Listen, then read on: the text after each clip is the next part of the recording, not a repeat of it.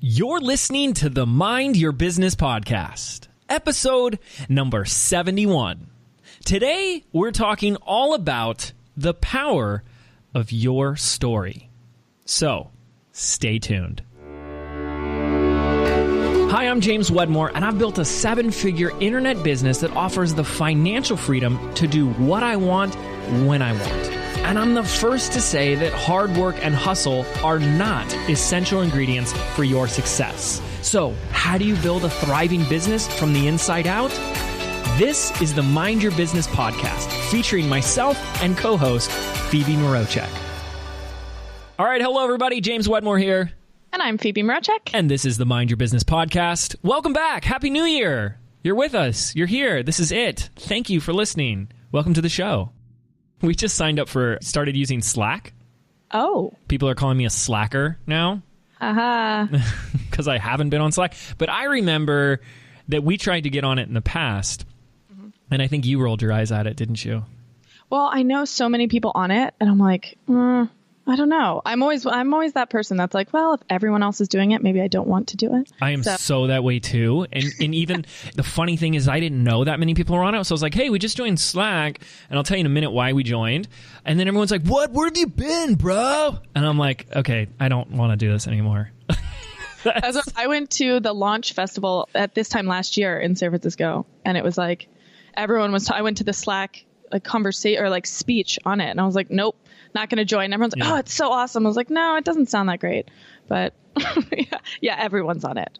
So I actually had a client who was on it. And I think this is what really ruined it for me was she put me on one of her Slack channels and I would just open my email and I would have 70 emails of notifications. Yes. I'm like, this is irritating. So I think that was what burned me. I'm like, no way. Okay. I'm not going to do it anymore. So I hear you. And this is not what the episode is about, but we like to hang out and chat with you guys for a little bit.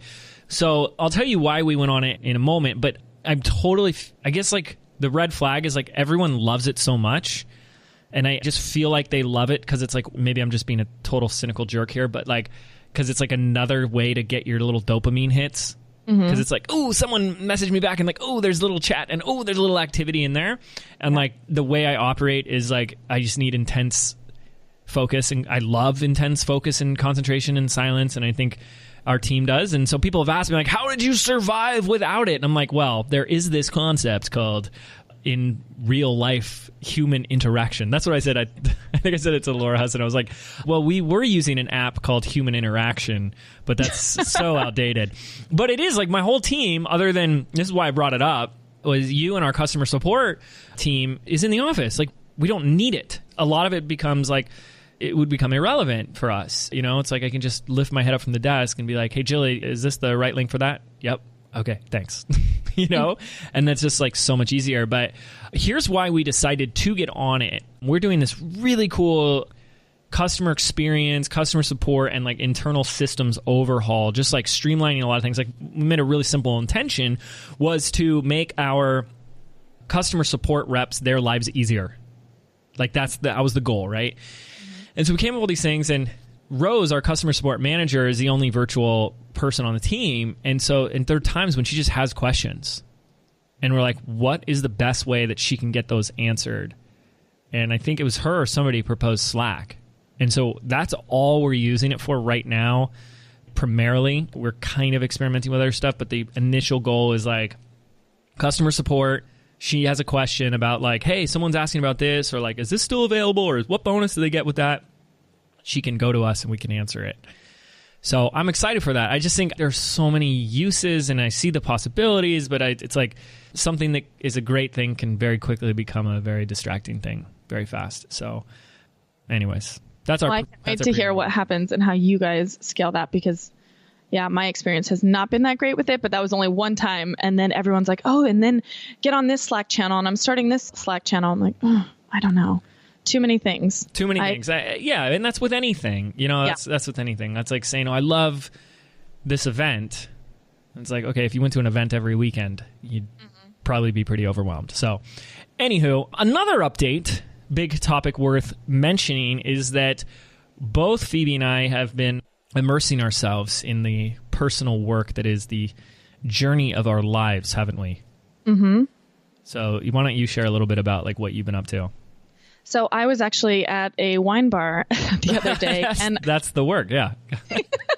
it helps. It lubricates the situation. But I'm sitting next to this girl, and she and I just start talking, and she's like, "Oh, I'm an intuitive," or she goes, "I read auras." And I was like, "Oh, cool. Could you read mine?" And we're just sitting there chatting. And so she and I got into this really deep conversation, and I was like, "I would love to hire you for a session." And so I went to her house on last Friday, and we just like went through and pulled apart like my past and came out with a lot of things that we're going to share today. And I'm a little nervous about, but a lot of things that I felt like I needed to process in order to I kept saying, I was like, I felt like I was in this ditch, and I was like, I just want to get up to ground level. And she's like, great. Well, now we have to pull apart the onion and like figure out what the source of, my anxiety or, kind of just some issues that I was having. And I was like, where does this come back to? So I have that to share on. And also I've been doing tapping, which has been really interesting. So I have a girl that I've hired to help me with tapping.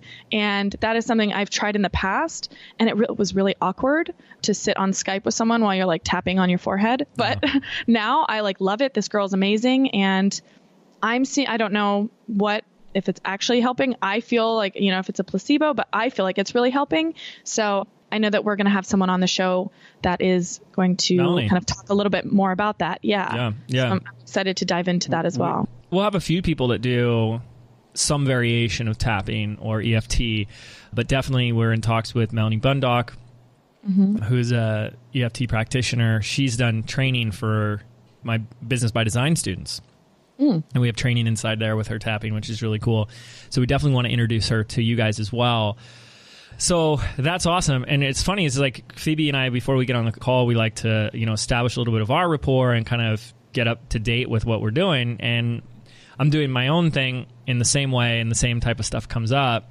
And it's just like crazy that we're seeing like very similar themes. So I've been working with someone who's brilliant and extraordinary. You may know her. If you're in Chalene Johnson's world, you probably most likely know her, Dr. Michaela. And she's a licensed psychotherapist. She's a brain training and mindset expert, and she's an EMDR specialist. And before her, I'd heard of EMDR once as like a faint whisper, and then I heard it again. Someone that I work with, client and student, told me how amazing their work was with her. And he's like, oh man, she's only like 10 minutes away from where you live. Wow, that's cool. And so I just finished like right before this episode, a 5-day intensive with her. And she definitely puts intense in the word intensive. Like, it's intense. It's intense, but extraordinary. And, a lot of stuff comes up. And the thing is like, I think ultimately, well, two things as I share this is, I don't know, the way I look at things is like, I think it's always great to always be doing something to know thyself even more, right? To go inward even more. And OMG, side note, have you seen the show OA on Netflix? No, I have not. But everyone's talking about it. That is the first thing you guys are all going to do. I had a couple of my friends who know me really well, like text me and they're like, drop everything and watch that show right now. And I mean, it's so great. There's a whole message of like going within to find freedom and peace and stuff. But one of my buddies says, like, if you don't like this show, I don't know if we can be friends anymore. And I watched the first episode and wrote him back. I'm like, if I didn't like this show, I don't think I could be friends with me anymore. It's that good. I'm literally throwing out the record. We're doing a little off tangents today, but the OA, it's on Netflix. Here is James, a big film buff. I am calling it, and not everyone's going to agree with me, but whatever, the greatest piece of film and TV I've ever seen. Really? Yeah, totally. Huh. Absolutely. Like, there are layers to it that, I mean, I'm just blown away by. So good. So good. Anyway. Okay, so I think it's always important I think it's great. It's not important. It's just if you want to do it, great.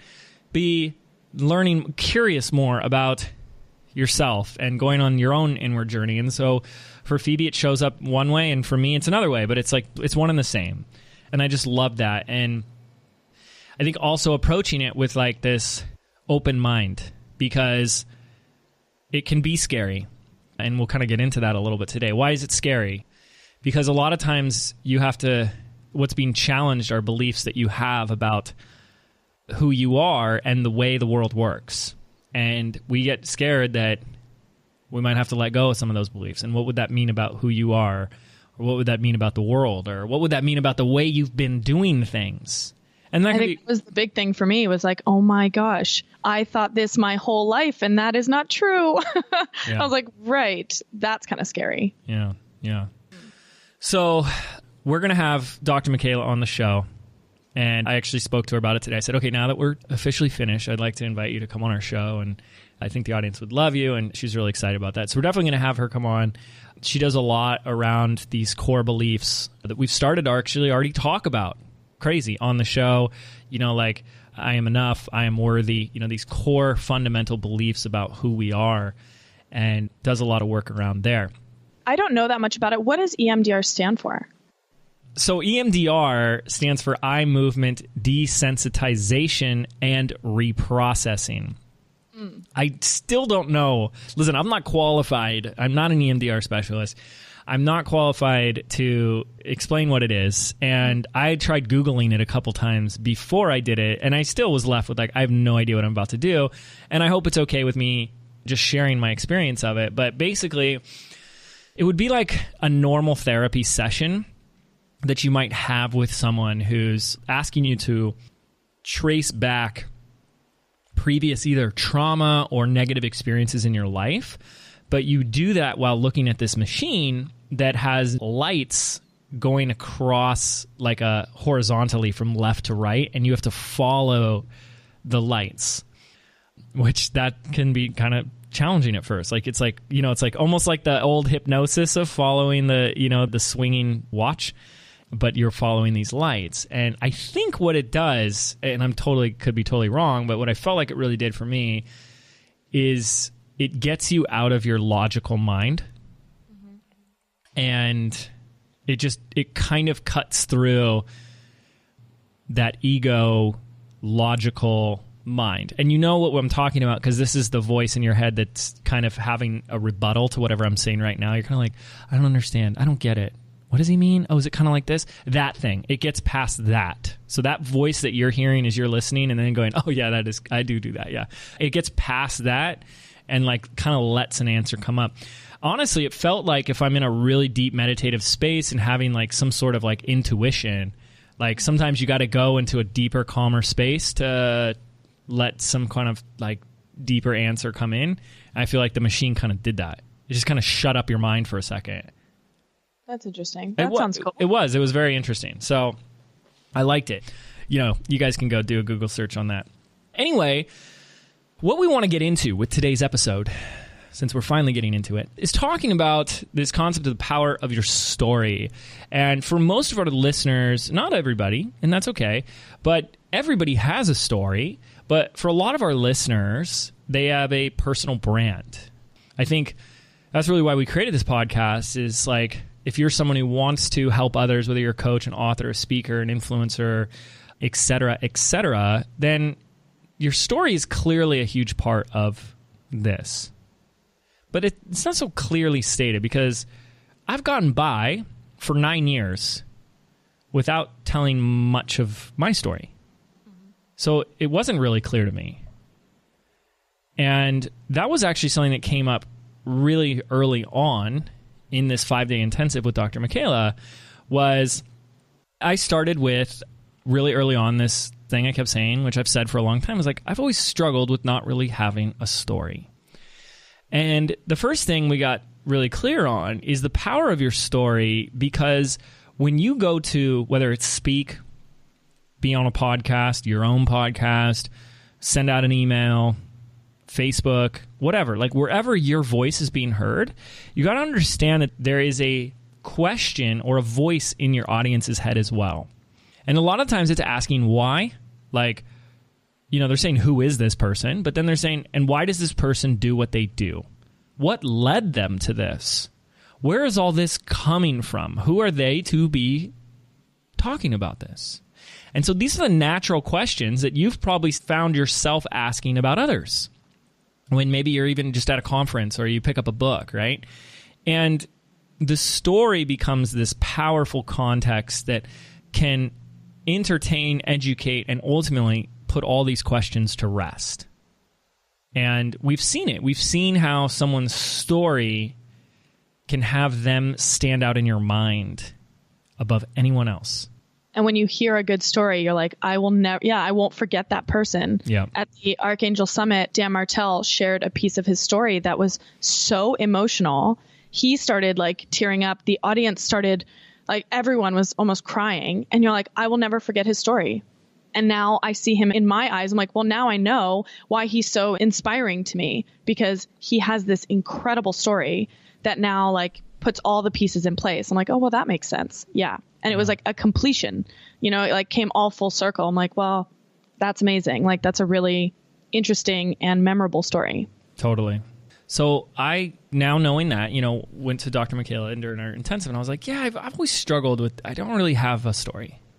And she immediately comes back with something. It was a bit of like a punch in the gut, like the question. She's like, well, then how do you inspire others?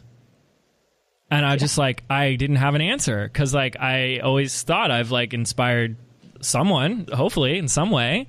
So I'm like, oh, like, shit, I don't know. Right. Mm-hmm. And, we had a great conversation about like, we all have a story. And when you get clarity on that story, you get clarity on why you do what you do. And others get clarity on why you do what you do. Why you do it beyond just, well, because it makes me money, it pays the bills. Like, but why do you do that instead of something else? And that's powerful. And so what I saw for myself is that I was minimizing my story. So like, this is so relevant. We had to bring this up because we've done episodes on this. We listen to our audience. I listen to my customers, and like a huge thing I hear all the time is, who am I to be teaching this? Who am I to be selling this? Who am I to be the expert? Well, still 9 years later, I'm walking around saying, who am I to be sharing my story? Like, my story isn't that big. Like, I wasn't homeless, living under a bridge, like addicted to meth before I did this. So my story isn't as intense and emotionally riveting as someone else's. So I don't want to waste anyone's time with my story. Does that make sense? Totally. And I can totally relate to that, because in my world, when I see people, I get caught up in that, well, I've never had, $1 in my bank account. I've never had that like rags to riches story that I feel like everybody else has. And so for that reason, I'm like, why does anybody care about my story if I've never been, living on the street, addicted to meth, whatever. And now here I am. And so that was my big hang up. And I approached my coach with this at one point, and he was like, right, well, people don't relate on the surface. They relate in the roots. And he's like, have you experienced heartbreak? Have you experienced loss? Have you experienced joy and happiness and excitement and awe and adventure? Like, that's where people really connect with you. So it doesn't matter about the details. I was like, that is really interesting to me, because while I've never been so broke I can't afford to eat, I've also had, loss and heartbreak in a different way. And so that was like a connection. When he said that to me, I was like, that was a light bulb moment. I'm like, oh, right. Okay, that makes sense. But I still yet did not go on to like pull things apart until really on Friday. So, yeah. Well, it's just funny that we see someone else's story, or we hear someone else's story that's like way down there in the rags, and then way up there at the riches. And then we just make this conclusion that, oh, in order to have this type of impact, or in order to be worthy to be on stage or whatever, I have to have this type of story. Mm-hmm. And that, I needed to let go of that. And someone else here may need to let go about it. Let's not look at it about, it's really like, how much power are you giving to, what are you trying to do? Like, make a Academy Award winning story that moves everybody to tears when you share it? Or are you just sharing the authentic, true story of your journey up until this point? And like, let's not try and make it this thing that has to move the world. Mm-hmm. You know what I mean? Yeah. And I was speaking to Philip McKernan, and he was saying to me, he's like, the second you figure out what your story is the moment that you have no other option but to step into that story and share your truth. Yeah. And he's like, that's all anyone ever wants to know is, what is your truth?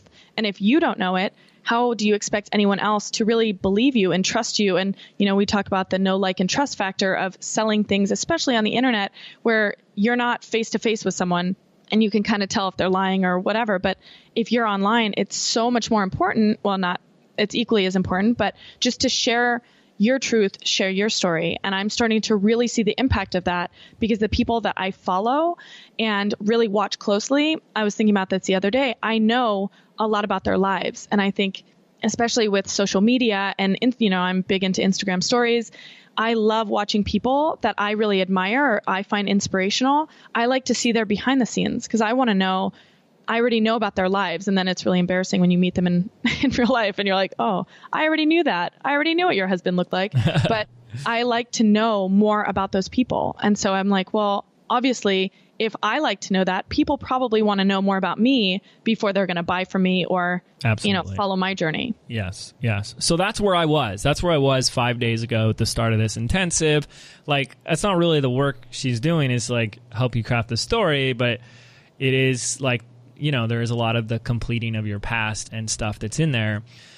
And what I did come out with the other end is more like clarity on a big chunk of my journey and my story and how it's defined me and how it's given me my purpose and my strength and my confidence and all that.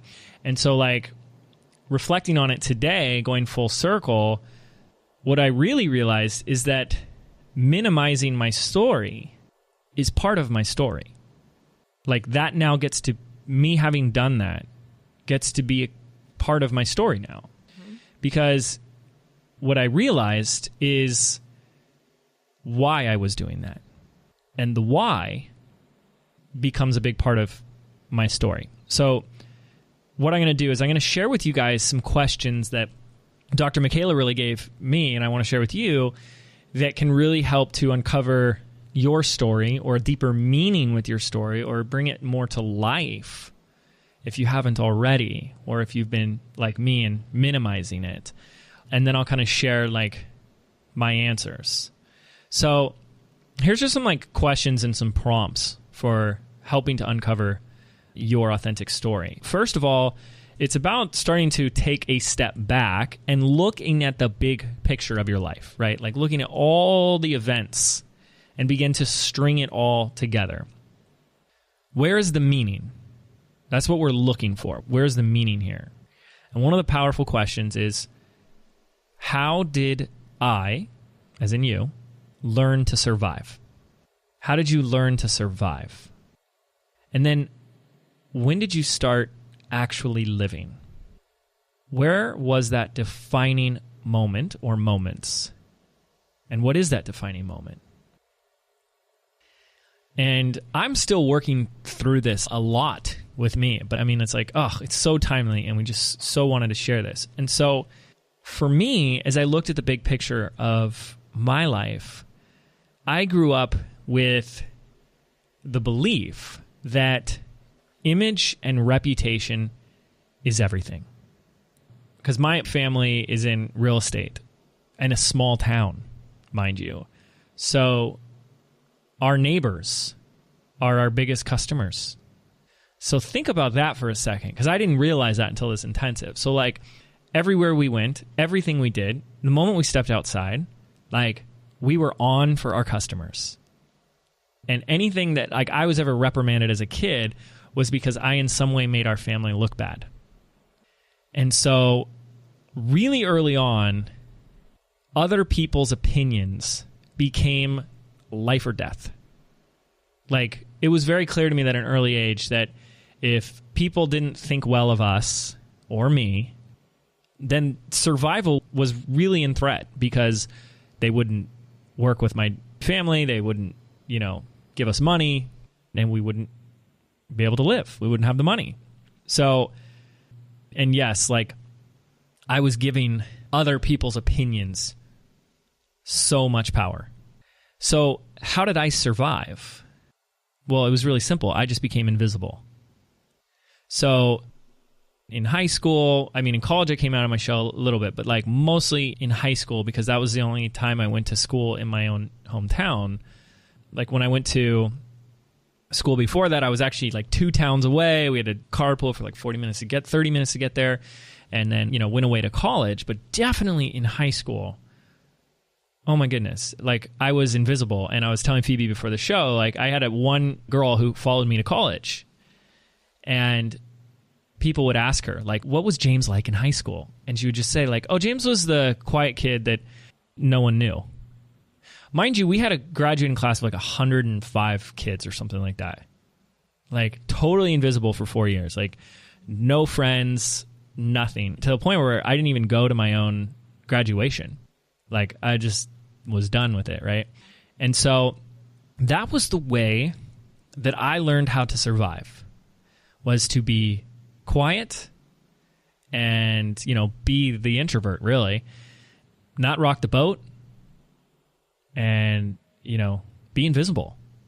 And so that's surviving. And I think a really great distinction that Dr. Michaela talked about, I think we've mentioned it before, there's this difference between surviving and thriving or living, like truly living. And these defining moments come about when I would say when you finally had enough is enough, or you make a decision or a choice to flip the switch and go from surviving and just getting by to truly living. And I think we have several of these moments. And 2 that came up for me was there came a point when it was after college when I was so passionate about film and business, like loved film, wanted to be an entrepreneur more than anything. And I just remember these times when I was like, loved so much about everything about filming, but there was no one to film. I wanted to be behind the camera. So you press record and there's no one there to film. It's just me. And so like there was this moment where I was like, no one's coming to, get in front of that camera. So it might as well be me. And that's when I started putting videos up on YouTube. Started that part of it. I think another defining moment, just to share it in a nutshell, was when I finally did, and this wasn't until several years later, like in my late 20s, when I realized like how small that I was playing by being a personal brand and still trying to be invisible at the same time. And I think so many people are doing this, like trying to be the personal brand, trying to put themselves out there, but at the same time, like they want to be invisible. They don't want to be seen. They don't want to be judged. They don't want to be criticized. They don't want to be seen. And I realized it was because I was just giving so much of my power to the opinions of others. Like that mattered so much to me. And what really flipped it for me was the opportunity I had to realize that most people, if not everyone, has those same damn fears and worries. So it's like we're afraid of, the way I looked at it is I'm afraid of what everyone else is going to think about me. And then you have this moment where you realize everyone else that you're worried about judging you is just as afraid of you. Mm-hmm. And in that moment, you're just like, what the heck am I worried about then? Right? And of course, another one defining moment is like here right now, which is this past week, like realizing what I do to minimize my story and talk about myself and instead lead with content and teaching and tutorials and just more content. And how even 9 years later, like that's still a part that's missing. It's crazy. Right, because it feeds into you still staying invisible as much as you've put yourself out there, you've given all the content, but there's a certain way that you're like, well, I'm still invisible. My story still doesn't matter. Yeah. And I think that's an interesting piece to it as well. Yeah. So if we go back to some of our questions, like I really love this one. How did I learn to survive? Or how did I learn how to survive? And I think there's a follow-up to that. If you get an answer, if you don't, that's okay. But if you have an answer, I would look at now, what's the impact of that survival mechanism? Like, what does that keep you from doing? Like, if I say, well, how I survived was I stayed invisible, well, what's the negative consequence or impact? What does that keep you from? And obviously, like, putting myself out there and having the business and life that I want and hitting my goals and impacting others and making a difference. Like the old me, we've done an episode about how it's called Scary-ish, right? That was one of our first 10 or 15 episodes. where I talked about how scary it was for me to put the podcast out. The old me would have never put it out. And so what would have been the impact there? I mean, we've had, just a massive following of listeners and support in the first year of doing this podcast. And if I was just trying to stay invisible still, we wouldn't have a podcast. Mm-hmm. And you just start to wonder, what else are you, how else is it impacting your life, your quality of life? Crazy. So a couple questions there, right? Hopefully starting to prompt and draw out your story. Phoebe, you want to share a little bit what came up for you in this? Yeah. So I have a very similar thing with the image and reputation that you spoke about. And also one very just constant, I kind of got hit over the head with it several times when I was little, which is we don't show emotions, and emotions are a sign of weakness. So we just kind of bottle everything up. And, on the outset, it's okay, everything's fine. Everything's fine. We're good. We're fine. Behind closed doors, you can be a big mess, but not to, don't let anybody see that. And one of my, I think for sure my defining moment was when I was 18, my dad passed away pretty suddenly, and we kind of knew he was sick, but we thought we had a lot more time, and we didn't. And so when he passed away, the story that I told or the message that I told myself was, the people that you trust and that you love the most will always leave you. And so for me, it was that was the message, that was the defining moment. And so the way that I survived in that was I didn't trust people, or I didn't let people in too close, because then they would just leave. And so I always kind of kept people at an arm's distance and was yeah, you can know this part of me, and, but you can't actually know who I am, because I don't want you to see all of this, because if you do, then you're going to leave. And so kind of building on that was I built up this thing where I was appeasing people and caring for people so much so that they would love me and they wouldn't want to leave. And so it was I've always thought of myself as a very thoughtful and generous person. And then I was looking back at that, and we were kind of uncovering that. And I was well, yeah, of course I'm really generous, because I'm appeasing them and I don't want them to want to leave me. And so that was my survival mechanism. And it's really kind of a tough thing for me to talk about, because this is so new. I'm right. All right. This makes a lot of sense to me. And so when I look at dealing with things with my dad, I had this whole picture in my head of what it was. And so I've been living in this story for the last 13 years of don't let people, don't love people too much, or don't let them in too close, because then they'll leave. So really quickly, because you said it's kind of tough to share this, I could imagine it's because, well, let me just ask this. Is there something you're worried or concerned, even just a little bit, that you're afraid people will find out about you? Totally. On the podcast, or just in general? On the podcast, here on the podcast. Yeah, because there were a couple of times when I was talking about my friends, and I'm probably the most trusting person. I went into this conversation with this girl, Tracy, and telling her, I was I'm too trusting to a fault. I'm trusting to a fault. And she was I don't actually see that at all.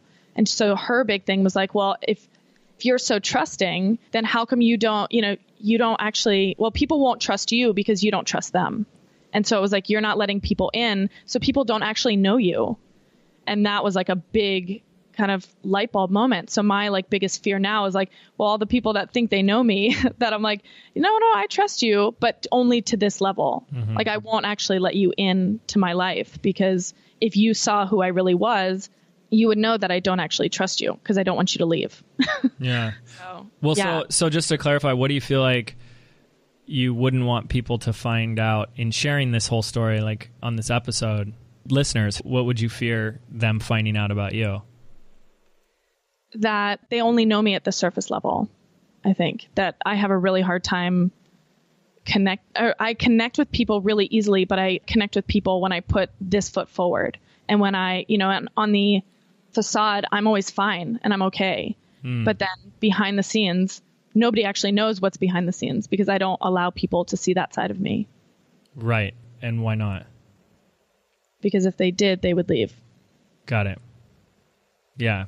So we don't tell our story, or we minimize our story, because we're trying to hide a piece of who we are. And we're afraid that if we share that, something will happen, like as Phoebe just said, then they'll leave. Or it'll mean something about us. Like one of these core beliefs that we talked about in one of the, I think, episode 70. So the big cosmic joke of it all is that it's in revealing that, this is the conversation of vulnerability and authenticity. It's in revealing that part that we're most afraid of sharing, that we can have the deepest connection with others. The irony would be that if people got to know that part, I'm just repeating back to what you said at the beginning of this episode about when you connect with people at a deeper level, like when you've connected with people in their story at a deeper level, you've stayed with them. Yet we have a fear that if you share that part, they'll leave. Yeah. You know, logically, that's just not true. Still scary, but it's not true. Yeah. So if there's anything that we can share on this episode with you, I think the biggest one is an invitation, a loving push to encourage you to reveal more of your story. The part that you are scared to tell. Well, we were talking right before the show, before we hit record, and I was like, I need a second. Like, I'm really nervous, and I'm nervous to share that because I don't share that with anybody. So thank you, everyone who's listening, because nobody really knows that part. But, and you said to me, you're like, but that's when we really, that's what we stand for on this podcast, is like sharing maybe that uncomfortable truth or have the uncomfortable conversations, because that allows other people to kind of sit in their discomfort and, play around with it and kind of roll in it. And it's not a fun place to be, but knowing, Tracy said to me on Friday, she's like, the thing that I love about you is you're like, just get to the point. Like, let's just do this. Throw all my cards out on the table. I'm ready. And some people aren't ready for that. But I'm someone who's like, all right, let's just get to it. I don't care. Let's get ugly. Let's have a couple ugly cries and just be done with it. And, and she's like, well, that's not really how this works. But for me, just having, the space and creating that space to allow me to like really, break down and kind of put the pieces together was just such a nice moment for me, because I looked at her and she's like, what? I'm still going to be your friend. Like, even though I know all this stuff about you, I'm still going to be your friend. And that was like just a huge moment for me. So allowing our listeners to kind of sit in that discomfort and know that it's okay and that we're doing it right alongside you. So absolutely. And if you are in the personal brand space, your story is so essential. So essential. Do not make the mistake that we did of minimalizing it. So again, to recap, some great questions or great prompts, great exercises to start stringing together all the events of your life and how did you get from here to there to there to there, and what led from this to this to this, and begin to look for the meaning in all of that. How did I learn to survive? And when did I start actually living? Where were those defining moments? And spend time with that. That's not something you're going to have an answer to. I'm letting mine unfold and evolve and kind of come to the surface.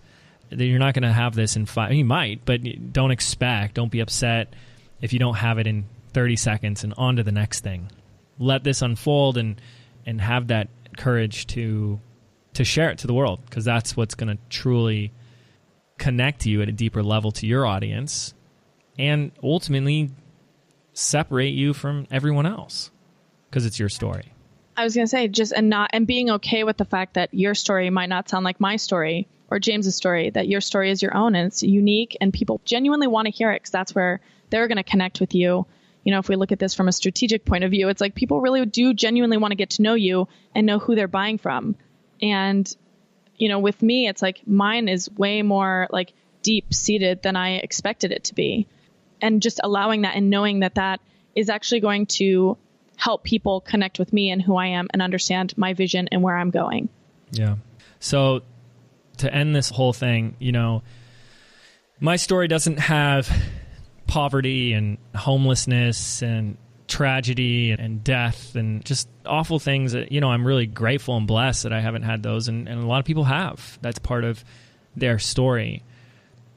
But as I look at where I am now, I mean, in 2 days, we're hosting a big live event for 100 plus people, my event that I'm hosting. And if I would have told that invisible 15-year-old kid back then that this is what he'd be doing, he'd have a panic attack. He would think I am freaking nuts. I even remember a time when I first started my business and my dad takes me to I kind of took him, I drug him to a marketing conference. And he's sitting next to me and there's someone on stage. I got done with a great presentation. People are applauding. My dad just turns to me. He's like, one day that'll be you up there. And I had like a panic attack. I'm like, no, if building a business means I have to go on stage and speak to people, I'm giving this up. Like, that's where I started, you know, and ultimately why I do what I do and why this passion project of our podcast has just become something we continue to love doing so much is I don't think people realize the amount of work that I've had to do. And it's not work, of course. It's so not. It's just such, at least at this stage of the game, it's something I just so, like, it's for someone who's in great shape, who loves going to the gym. That's what it feels like to me. When you're out of shape and you don't like how you look or feel and you get winded every time you walk up the stairs, going to the gym isn't fun. I get it. When you're in great shape, you love going to the gym, right? And that's what it feels like to me today because I did that quote-unquote work. I said, listen, it's only me getting in my way. It's only me that thinks I can't do this, that thinks that no one wants to hear my story or, you know, doesn't want to hear from me or doesn't have any value. That's all me. There's no one else. And little by little, I've chiseled away at the self-doubt, the criticism, the, you know, low self-esteem, all of that. And I'm still chiseling. No one's coming here telling you they're perfect, but you don't have to be perfect. No one, you know, you don't, it's the journey, you know, and, you know, I don't know. I think if people just assume, like, I don't know, grew up this way, I guess, but. Well, and that for me, it was like age has such a part of it. I was like, I'm a little bit embarrassed that like I'm 31 years old and like I haven't dealt with this. Like, that's pretty crazy to me. And she's like, you start, like, you are where you are and you've dealt with all this stuff to bring you to a place that you are today. I was like, yeah. So it doesn't matter how old you are, how successful you are, how, you know, in your terms, like unsuccessful you are where you are right now for a reason. Yes. And so being grateful for all those experiences, hardships, successes, whatever along the way, it's brought you to this point. And now making the decision to really kind of dig deeper and find that those hidden stories and all of those things that make you now who you are. It's really a powerful experience to kind of go deeper and to figure all that stuff out. And it's fun. Absolutely. It's hard, but it's fun. So first and foremost, I want to thank all of our listeners for listening and tuning in. More importantly, I want to thank you for listening to our stories because we each got to share a little bit, real briefly, you know, hey, give us some slack here, right? But we each got to share briefly a little bit more about our story. We're getting used to it. So thank you again. And we'll see you all on the next episode. Take care. Are you frustrated that no matter how hard you hustle, no matter how much you get done in a day, you still feel like you have little results to show for it? Do you feel like you're doing everything right, but there's still something missing? Well, what if there was an easier way? What if your business could be fun, effortless, and profitable? Phoebe and I have put together a free audio MP3 for you, compiling the 77 business affirmations for creating success from the inside out. And we want to give it to you absolutely free. This is your chance to rewire your brain for bigger results in your life and your business. To get instant access absolutely free, simply visit 77affirmations.com. That's the number 77affirmations.com.